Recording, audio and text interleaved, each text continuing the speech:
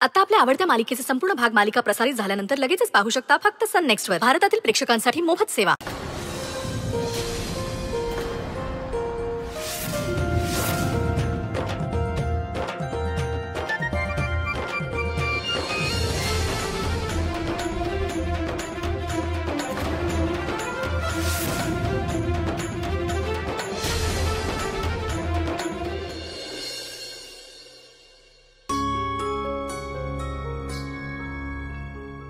सत्या,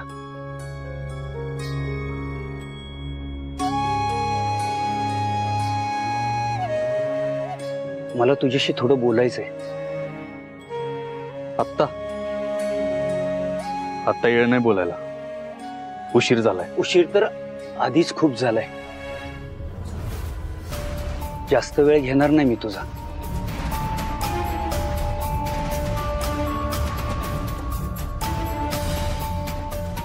बोला. आज तुला या वेशात बघून तुझ्या आईनं तुझं खूप कौतुक केलं. कारण लेकराचं कौतुक करण्यासाठी आईकडे खूप शब्द असतात. बापाला मात्र कधीच ते शब्दात मांडता येत नाही. आणि आपल्या दोघातला संवाद तर कधीच आटलाय. आणि याला कोण जबाबदार आहे?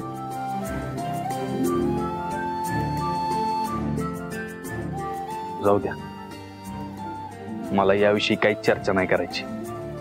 याला कदाचित मीच जबाबदार असेल, पण माझ्या मुलानं त्याच्या आयुष्याचं चित्र सुंदर बनवावं असंच एक बाप म्हणून मला वाटतं. एवढं शिक्षण घेतलंय ते असं राजकारणी लोकांची जय जय करण्यासाठी नाही. आपल्या हुशारीचा फायदा कुणी स्वतःच्या स्वार्थासाठी करू नये एवढी काळजी घे.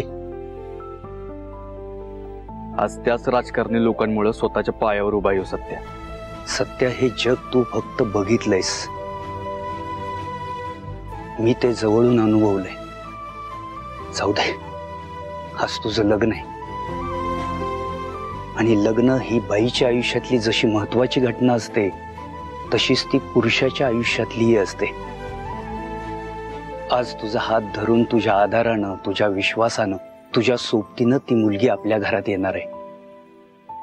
इथून पुढे तुझं जग हे तुझं राहणार नाही, तर त्यातला हक्काचा अर्धा वाटा हा तिचा असणार आहे.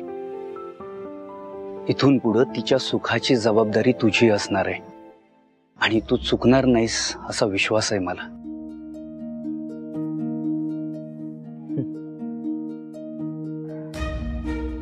चला, कुठल्या तरी बाबतीत तुमचा माझ्यावर विश्वास आहे म्हणा. नाहीतर तुमच्या नजरेत मी कायम नालायक आणि वाया गेलेलाच मुलगा आहे. बाप म्हणून ज्यांनी काही जबाबदारी पार पाडल्या नाहीत ते आज जबाबदारी आणि कर्तव्याबद्दल बोलतायत. सत्या, एक नवरा म्हणून, एक बाप म्हणून कदाचित मी कमी पडलो असेल, पण एक माणूस म्हणून कधीच नाही. प्रत्येक बाप आपल्या मुलाला शिक्षा करतो ते तो सुधारावा म्हणून. पण काळजी करू नका, आपल्या माणसांना वाऱ्यावर सोडत नाही सत्या.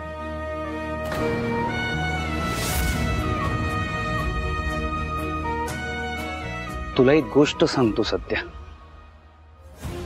जंगलात वाघ जेव्हा अचानक आपल्या समोर येतो आणि आपल्यावर हल्ला न करता तसाच निघून जातो ना, तेव्हा त्यानं आपल्यावर उपकार केलेले नसतात. कदाचित त्याचं पोट भरलेलं असतं म्हणून तो निघून जातो. या राजकारणी लोकांचंही असंच आहे.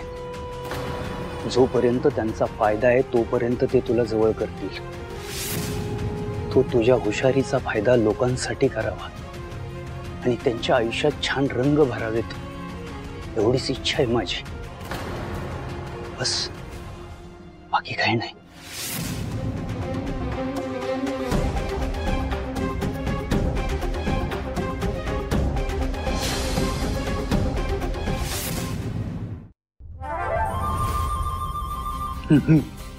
लोक पोट कमी करायला व्यायाम करतात, तू पोट छाती वाढलंय.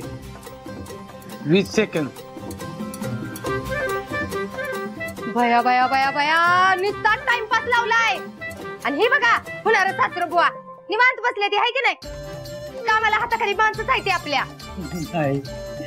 मी तुला लग्नाची बायको समजते, तू स्वतःला नोकर समजून घेते. कधी एकदा पळून जातोय आणि आमरी संघ संसार सुरू करतोय असं झालं.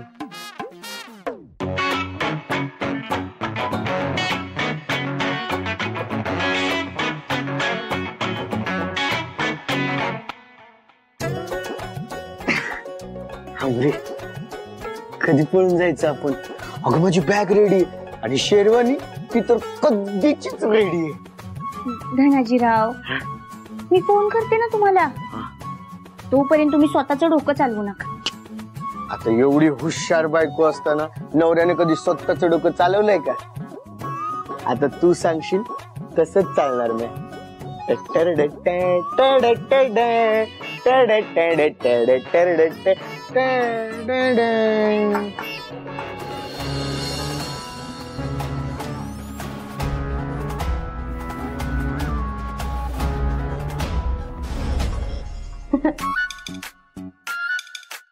बया काय सुंदर साड्या आहेत. तुमच्याकडनं आहे रे वाटतं आम्हाला. हे सपने गप.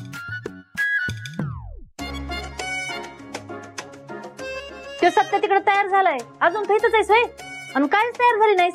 बघा ना, मी तिला 4 वेळा सांगितलं तयार हो म्हणून, तरी तिचं काय अडलंय काय माहिती. मी ते आली मेकअप वाली दीदी आली.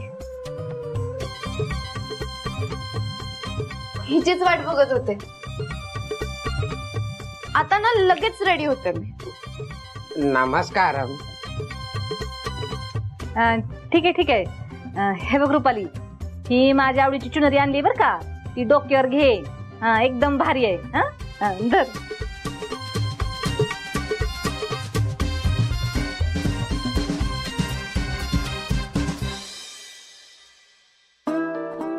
ह्या मेकअप वालीला कुठं बघितल्यासारखं वाटतंय.